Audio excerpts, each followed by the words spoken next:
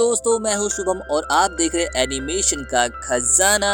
Anime का नाम jujutsu Kaisen है। इसके कई सारे एपिसोड मैं पहले ही एक्सप्लेन कर चुका हूं, जिनका लिंक आपको डिस्क्रिप्शन में मिल जाएगा, तो आप पहले जाकर उन्हें देख लें ताकि आपको सीरीज समझने में कोई दिक्कत ना आए। सो वीडियो स्टार्ट करते हैं।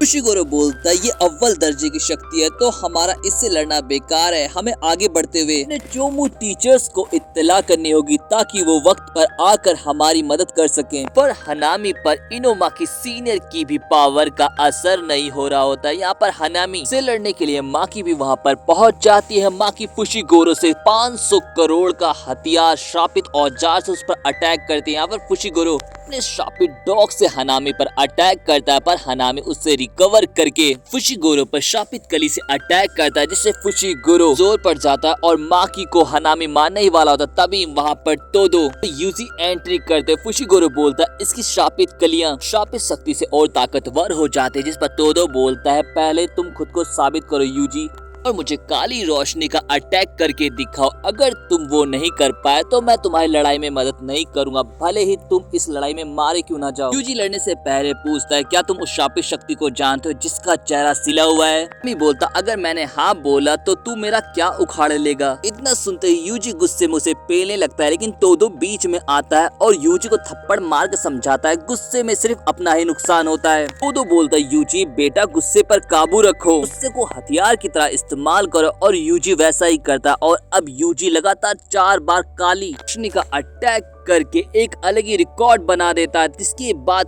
तोदो भी यूजी की लड़ने में मदद करता है। पर हनामी यहाँ पर अपना दूसरा हाथ निकालता है और फूलों का बाग से तोदो और यूजी पर अटैक करता है, जिसके साथ ही में एक फ्लैशबैक दिखाया जाता है, जिसके अंदर तोदो के पास अव्वल दर्जे की जादूगरनी सुकुमो युकी आती है और तोदो से पूछते कि तुम्हें किस तरीके की लड़की पसंद है। और इसके साथ ही शीन वापस प्रेजेंट में शिफ्ट होता है। तोदो हनामी की टेक्निक्स को कैलकुलेट करता है और उसे पता चलता है कि वो किसी भी हालत में नहीं हारने वाला है, तो वो अपनी पूरी ताकत से हनामी से लड़ने जाता है, लेकिन हनामी उसे कांटों पर फेंक देता है। लेकिन हनामी दूसरे ही पल तोदो को खुद की जगह पाता है। तोदो लड़ते हुए यूजी से बताता है कि भाई मेरी तकनीक है कि मैं स्लैप करके अपनी जगह किसी के साथ भी बदल सकता हूँ। और तोदो मिलकर बुरी तरीके से हनामी को पेलने लगता है, लेकिन हनामी यूजी की तेज तर्रार काली शक्ति के अटैक से काफी घायल हो जाता है, तो वो अपनी श्रापित कलियों से अटैक करने जाता है, लेकिन तोदो अपनी जगह यूजी से बदल कर खुद खड़ा हो जाता है। और कुछ देर में उसे समझ में आता है, अगर वो अपनी शक्ति इस्तेमाल नहीं करेगा तो वो बच सकता है, और तोदो वैसा ही करता है। इससे पहले हनामी संभल पाता, तोदो उस पर अगला अटैक करके 5000 करोड़ वाले श्रापित औजार से उस पर अटैक करता है। लेकिन यहाँ पर हनामी प्रकृति की ताकत खींचकर उन पर अटैक करने जाता है, लेकिन तभी कवच टूट जाता है और गोजो वहाँ पर पहुँचता है। लेकिन गोजो तोदो के साथ यूजी को देखकर समझ जाता है कि यूजी अब और ज्यादा ताकतवर हो चुका है और उसे बचाने की जरूरत नहीं है, तो वो अपना अटैक गंजी के जादूगर की तरफ मोड़ देता है, जिससे उसकी धज्जियां उड़ जाती है। जिसके बाद गोजो रिवर्सल रेड और ब्लू को मिलाकर इमेजिनरी पर्पल से हनामी पर अटैक करता है, जिससे हनामी अब पता ही लापता हो जाता है। जिसके बाद माहितो को जुजुत्सु स्कूल में दिखाया जाता है। माहितो ने जुजुत्सु जादूगरों को मारकर सुकुना की श्रापित उंगली चुरा ली होती है। पर तभी माहितो के पास हनामी आता जो बुरी हालत में होता है। यहाँ पर हनामी बोलता है, हमें वो श्रापित चीजें मिल गई जो हमें चाहिए थी। डेंगियन छलावे को पैदा करता है, लेकिन माहितो की श्रापित सील की मदद से माहितो वहाँ तक आसानी से पहुँच सकता है। और मैं नहीं चाहता कि गोजो को हमारे असली प्लान के बारे में पता चले। वैसे भी सुकुना वैसा बिहेव नहीं कर रहा है जैसा मैंने सोचा था। मुझे लगता है कि वो फुशिगोरो में कुछ ज्यादा ही दिलचस्पी ले रहा है। बस सीन शिफ्ट हो जाता है और हमें जुजुत्सु हाई में इचिची को दिखाया जाता है, जो बताता है कि जुजुत्सु